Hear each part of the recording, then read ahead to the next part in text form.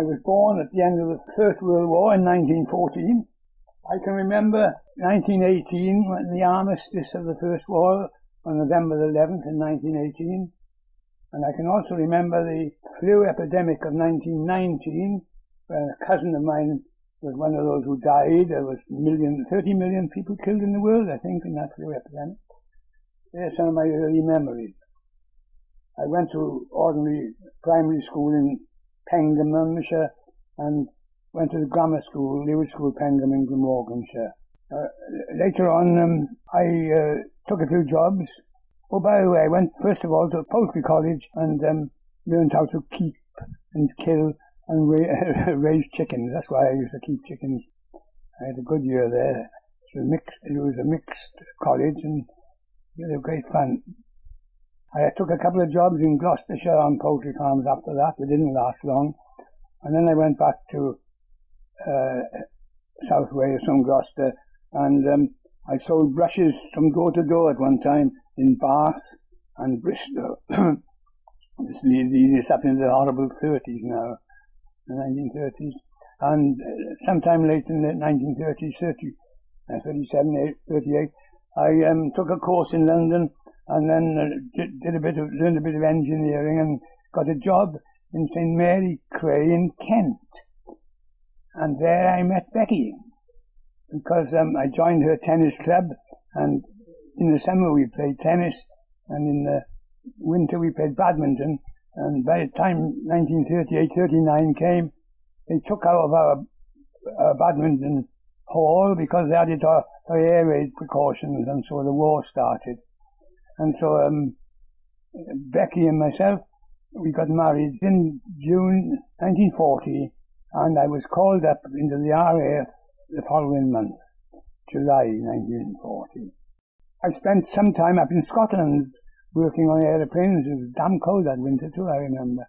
And after that, the following year, 1941, I was put on a ship called the Monarch Bermuda with lots of other troops, and we left England, and we left Liverpool, and we sailed I thought we were going to America. We went so far west, and of course we were in convoy, and we were afraid that German submarines were around us.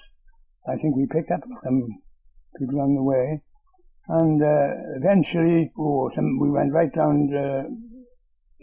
We couldn't go through the Mediterranean. We had to go right round the Cape of Good Hope, and on the way over we called it Freetown rather, on the west coast of Africa, and we called it Aden at one place, and we spent a couple of days in Durban in South Africa, and then we went up the Suez Canal and landed at Suez, and there I was put on a RAF station there where we were maintaining the engines from the war, and of course it was just about the same when the Germans were trying to attack us to get to Cairo, and we had the Battle of El Alamein, and fortunately it was the first battle we won in the whole war, I think.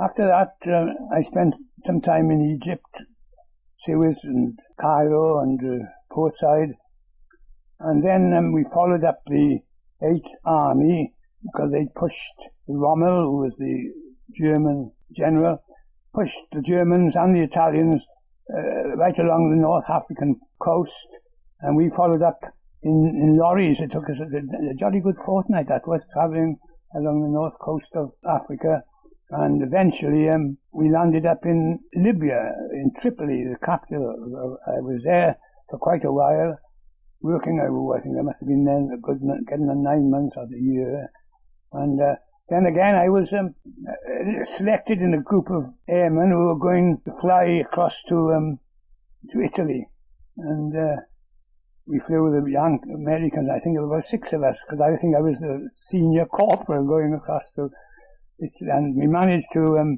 call Sicily and saw Etna in a distance, and we also called it in Malta, and I spent a few days there. I managed to get some more pay from one of the offices which we went to, and after that I was flown right across the Mediterranean right over southern Italy and landed at Naples. And my sergeant said, "Where the hell have you been?" I said, "Well, we did our best, boy." So we got there, and I spent quite a long time in Italy. I was there in 1944, I think it was, when the Vesuvius erupted. And I had some nice pictures at that time. And I also climbed to the top of the mountain and looked down into the crater. And of course, when I was in Egypt too, I forgot to tell you that, I went and had a look at the pyramids and climbed to the top of the big one. I left my initials up there somewhere. Anyhow, I landed up in Italy, and I spent the rest of the time more or less in Naples. I visited Rome when I was there, and a few other places. And in 1944, I at last got on one of the castle ships. I've forgotten the name of it now. The first ship I was on was called the Monarch of Bermuda, but she was burnt out years later. And we got back to Liverpool, and I was sent to Blackpool for a few days until I managed to get some leave, and I made my way down to Essex, where Becky had moved in the meantime, because she'd moved from where we lived in Essex, and she'd moved near her parents. And that was the first time I saw poor old Geoffrey. He was 3 years old at the time, and of course he died in 1960 when he was 18 with muscular dystrophy. What you have just heard was Kenneth making a recording for his oldest granddaughter when she emigrated to the USA. He didn't continue past 1960, so I, Peter, Kenneth's youngest son, have continued the narrative. 1958 was a defining year in our family, as that is when we moved to Lawn House. It must have been a brave decision by our parents to leave the relative safety of the overcrowded council house in Tycommon Road, Billericay, and move into a rambling old farmhouse in Ramsden Heath, one which needed a great deal of work. It was from this time that the epithet Joe originated, and I believe that I, aged 3, was responsible. There was so much building going on in which he depended greatly on the labour of his older 2 sons that all 3 required builders' names, and Joe he became. Shortly after Geoffrey's death in 1960, our grandmother fell ill, and after a number of months in Billericay Hospital she came to live with us, Becky, of course, taking on yet more caring duties. It was no secret that our maternal grandmother and Joe weren't the greatest of friends, but he tolerated her with mostly forbearance. Every so often, though, hostilities would bubble up to the surface, and of course, now about 10 years old, I found these things endlessly fascinating.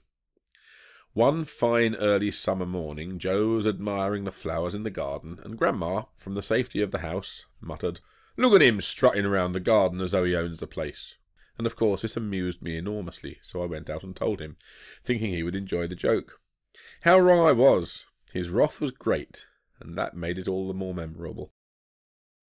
Between 1967 and 1977, all of us children married and moved away from home, leaving the 2 of them rattling around in Lawn House for another 24 years, although of course the Saturday and Sunday lunches became an institution, as his grandchildren took advantage of the large garden on long summer days to play box. He continued to keep the garden in good order, but sometime towards his mid-80s he seemed to grow suddenly more frail, and he couldn't manage the garden any more. It was around that time that he and Becky approached Janet and me with a view to them moving in with us, and of course they did, in February 2001. We had just short of 3 very good years with them here, until Becky's relatively sudden death in 2004, on the eve of Joe's 90th birthday. They had been married 64 years, and I don't think that any of us realised the extent to which he had become reliant upon her. It was therefore no surprise, with hindsight, that he found it very difficult to cope without her, and really needed a higher level of care than we were able to offer. He spent his last 2 years or so in Broadoaks.